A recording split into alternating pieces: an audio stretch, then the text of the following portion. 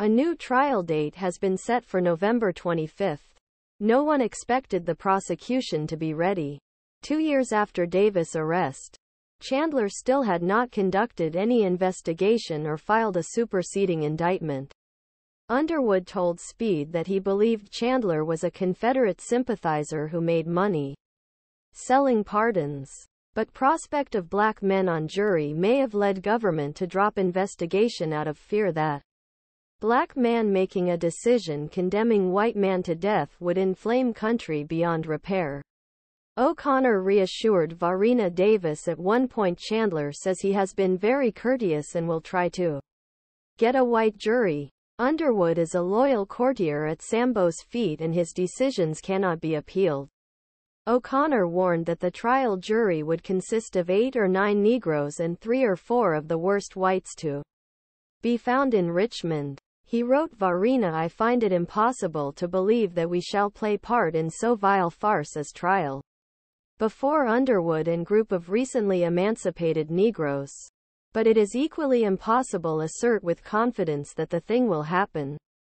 It has not. On day the trial was to begin, a crowd gathered in Richmond to wait for train from Washington. The black population seemed to take a deep interest in the hearings and was present in droves, said a reporter for the New York Times. The train has left. Has Mr. Chase arrived? People cried. At the courthouse, Underwood announced that the hearing had been postponed. This is one of the saddest moments in the whole sad story. One newspaper reported that a crowd consisting mostly of blacks was outside courthouse, but that the crowd quietly dispersed after hearing announcement. And peace is not enough. Then as now. What half country thought was best for the country, other half thought was worst. In February 1868, the House impeached Johnson, accusing him of, among other things, deliberately derailing the Davis trial. Lieber chose to be impeached specifically because of the precedent it would set.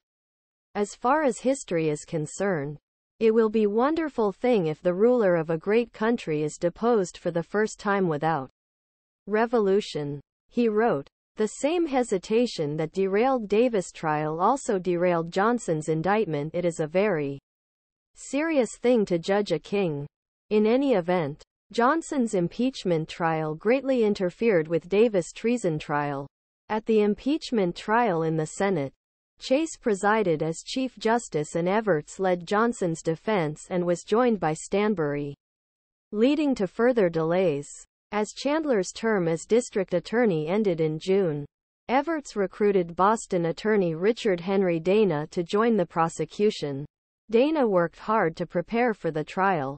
He and Evarts filed new 14-count indictment at a hotel in Richmond, based on the testimony of several witnesses, including Robert E. Lee, who testified against Davis before new grand jury.